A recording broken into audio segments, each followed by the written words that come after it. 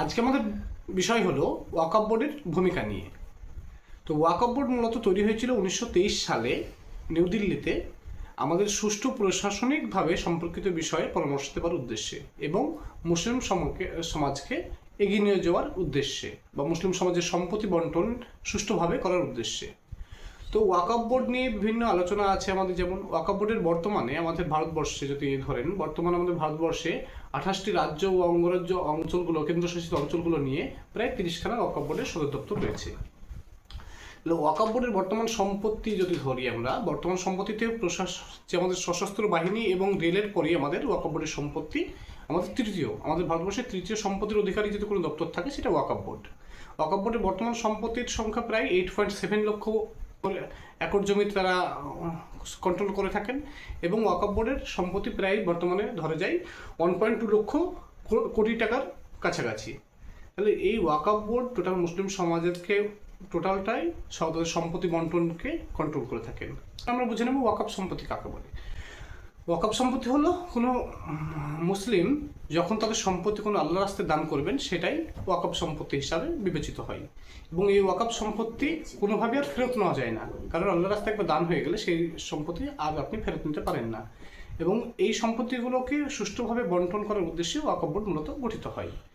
তাহলে সেই ওয়াকফ বোর্ড হলো অ্যাকচুয়ালি ইসলামিক সংগঠন, যে সংগঠনের প্রধান কাজই হলো সুষ্ঠুভাবে প্রশাসনিককে পরামর্শ দেওয়া এবং তাদের মুসলিম সমাজকে উন্নতির দিকে নিয়ে যাওয়াই তাদের প্রধান উদ্দেশ্য হলো।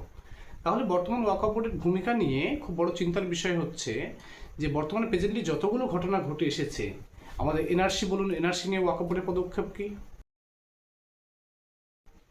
আমাদের মব লিঞ্চিং যে ঘটনা ঘটছে আমাদের ট্রেনে বাসে বলুন বা গরু খাওয়ার উদ্দেশ্যে বলুন, গোমাংস হত্যার জন্য যেভাবে মানুষকে মারা হচ্ছে বা যেভাবে মুসলিম বিগতভাবে অত্যাচারের সম্মুখীন হয়ে আসছেন, সেই বিষয়ে ওয়াকফ বোর্ডের ভূমিকা কী, ওয়াকফ বোর্ডের ভূমিকা এবং যেভাবে ওয়াকফ বোর্ড সম্পত্তি নিয়ে যেভাবে অপপ্রচার করা হয়েছে, ওয়াকফ সম্পত্তি দখল নিয়ে যেভাবে অপপ্রচার করা হয়েছে সেইগুলো নিয়েও নাথিং।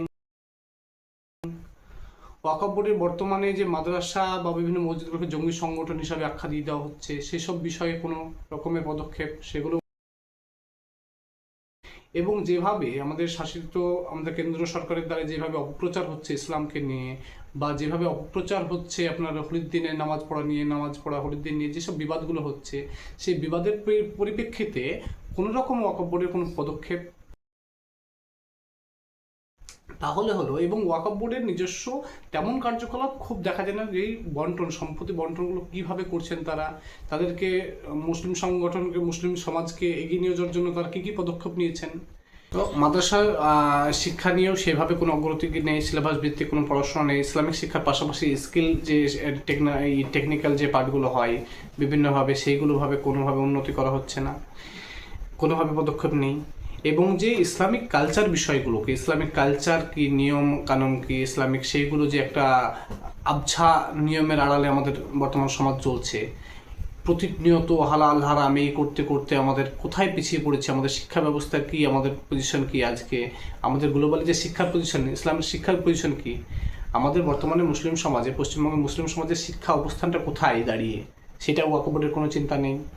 তাহলে এইসব নানান দিক দিয়ে ওয়াকফ পজিটিভ দিক নেই সেটাও নয়, অনেক দিক পজিটিভ দিকও আছে। ওয়াকফ বোর্ডের বিভিন্ন সংস্থাকে, যেমন আপনি আলিয়া মাদ্রাসা বলুন বা বিভিন্ন মাদ্রাসা শিক্ষাক্ষেত্রেও তাদের অনুদান থাকে, বিভিন্ন হসপিটাল বলুন, কিছু কিছু হসপিটাল ক্ষেত্রে অনুদান আছে, হোস্টেল পরিষেবা ক্ষেত্রেও কিছু কিছু অনুদান আছে।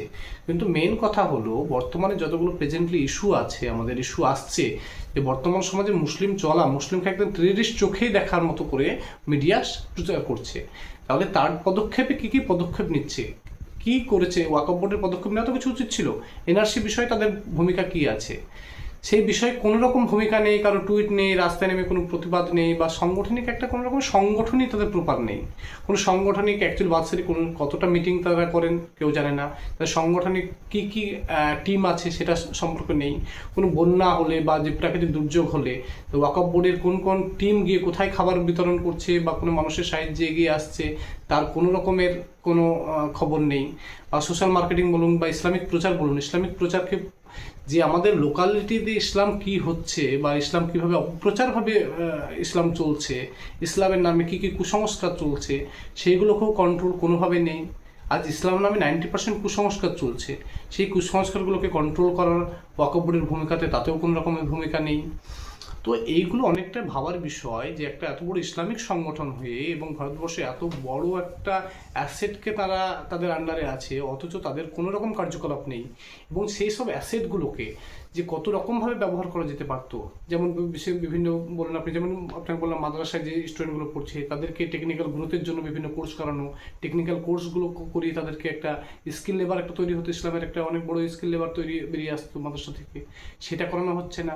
এবং বিভিন্ন যে ঈদগাহ ময়দানগুলো আছে সেগুলোকে যে মাল্টিপারপাসে ইউজ করা যেতে পারে সেইগুলো নিয়ে কোনো রকমের মতবাদ নেই, সেগুলো কোনো প্রশিক্ষণ নেই। তাদেরকে জীবিকা দেওয়ার জন্য যেসব প্রশিক্ষণগুলো হয়ে থাকে, যেমন আপনি দেখুন রামকৃষ্ণ মিশনে, দেখুন আপনি যদি ফলো করেন রামকৃষ্ণ মিশনে আপনি পশুপালন থেকে শুরু করে টেলারিং থেকে শুরু করে বিভিন্ন রকমের যেসব কোর্সগুলো সুবিধা দেওয়া হয়ে থাকে, সেই সব সুবিধা কোনো রকম ইসলামিক সংগঠন বা ইসলামিক মাদ্রাসায় কোনোভাবে নেই।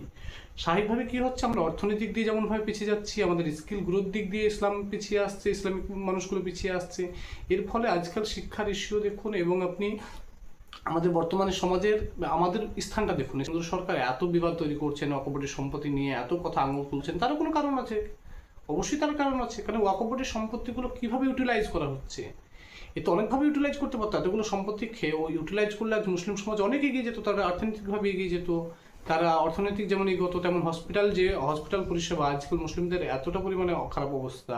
তো কলকাতার যদি হসপিটালগুলো দেখে রাখেন, তো রেশিওতে 50% উপরে মুসলিম আজ সম্প্রদায় হসপিটালে পরিষেবা নিতে যেতে হচ্ছে। তাহলে যে মুসলিম এলাকাগুলোতে যেগুলো হসপিটাল পরিষেবা অত্যন্ত দরকার আছে, কোনোভাবে সরকার তাদেরকে হয়তো লক্ষ্য করছে না। তাহলে ওয়াকফ বোর্ডের উচিত ছিল সেইগুলো তন্ত ওয়াকফ বোর্ডের কোনো হসপিটাল ফেসিলিটি চালু করা, বা সেগুলো সমাজ স্বাস্থ্য সম্পর্কে কোনো ক্যাম্পেইন করা। সেই স্বাস্থ্য সম্পর্কে ক্যাম্পেইন বলুন বা ইসলামিক কোনো কালচার ক্যাম্পেইন বলুন, কোনোভাবে নেই। আজ বিবাদ এতটা বেড়ে গেছে, ধর্মীয় বিবাদ বলুন, ধর্মীয় কুসংস্কার নিয়ে যেসব আলাপ আলোচনা, সারাদিন ধর্ম এই করলো না সেই করলো না, এই করতে গিয়ে কী হচ্ছে, শিক্ষা ক্ষেত্রে পিছাচ্ছি, অর্থনৈতিক ক্ষেত্রে পিছিয়ে, সব দিক দিয়ে আজ মুসলিম ধর্মাবলম্বী মানুষ সব দিক দিয়ে পিছিয়ে থাকার কারণে বড় একটা ভূমিকা করতে পারতো সেটা ওয়াকফ বোর্ড। ওয়াকফ বোর্ডের সেই যেসব উন্নতিগুলো করতে পারতো সেইগুলো থেকে ওয়াকফ বোর্ড পিছিয়ে সরে গেছে, এবং ওয়াকফ বোর্ড আছে না নেই সেটা কেউ জানে না, শুধু খবরের কাগজেই দেখা যাচ্ছে ওয়াকফ বোর্ডের অবস্থান এখনো আছে। বাট বর্তমান সমাজে ওয়াকফ বোর্ড কী কী করছে, এই মুসলিমদেরকে নিয়ে এত অপপ্রচার হচ্ছে, মুসলিম নিয়ে এত বড় বড় যেসব ইস্যুগুলো আসছে তাদের অস্তিত্ব বিপন্ন নিয়ে এনআরসি যে একটা এত বড় মুভমেন্ট একটা কেন্দ্র সরকার শুরু করলেন, সেটার বিপক্ষে কোনো রকমের ওয়াকফ বোর্ডের ফিডব্যাক নেই। ওয়াকফ বোর্ডের কোনো সাংগঠনিক ওদের সাংগঠনিক একটা বল থাকবে, সেই সাংগঠনিক কোনো বল বা টিম কোনোভাবেই নেই। তো ওয়াকফ বোর্ডের ভূমিকা নিয়ে আপনাদের কী কী মতামত সেগুলো জানাবেন, বা ওয়াকফ বোর্ডের কী কী পজিটিভ দিক, কী কী উন্নতি করতে পারতো ওয়াকফ বোর্ড, কী কী করতে পারেনি বা কী কী করা উচিত ছিল, সেগুলো নিয়ে আপনারা অবশ্যই আপনাদের মতো কমেন্ট করবেন।